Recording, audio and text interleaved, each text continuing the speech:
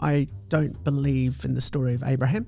I disagree with being tested, a God that tests you to kill your own son in order to prove your faith, when he had already proven everything by taking everyone he knew out into the desert where people were starving. Yeah. And he gets asked to test again his faith. Also, I don't believe it was Abraham's sacrifice as much as it was his son that was going to die. Yeah. I could happily sacrifice you for test my faith. Okay, I'll kill Wayne, no problem. And then I think there was Jacob that led all the people back to the promised land, got lost, ended up in Egypt where they were slaves for 400 years. There's disputes on that as well. So, for instance, there's not a lot of descriptions out there talking about the slaves of the Israelites in Egypt. The only exodus that happened from Egypt was the people called the Hyksos, and they were ruling Lower Egypt at the time. The pyramids were ruled by a foreign nation, and the Nubians from the south were ruling down the bottom, and Egyptians were relegated to like Memphis. So there wasn't any writing of mass exodus of Israelites.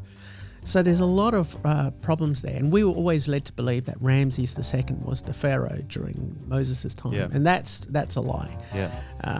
So there's a lot of disputes. And the story of Noah was written in the Sumerian text thousands of years earlier. The Great Flood is through every civilization. The Greeks, Zeus saved 2 people from a great flood. There's also a lot of history that's we don't have access to through the Vatican. They have great libraries of history, of writings and stuff from, that era that are not publicly available. I think because they contradict probably a lot of what they teach. There's contradictions, right? Which there is through the Bible anyway. Bible of Mary Magdalene. Yeah, all that stuff. There's lots of that. I think I like Reza Aslan, who does he writes some great stuff on the historical Jesus, and it's very interesting. I saw his interview with that idiotic reporter. Was it Fox News or why is it's like, how come a Muslim can tell us about Jesus? It was.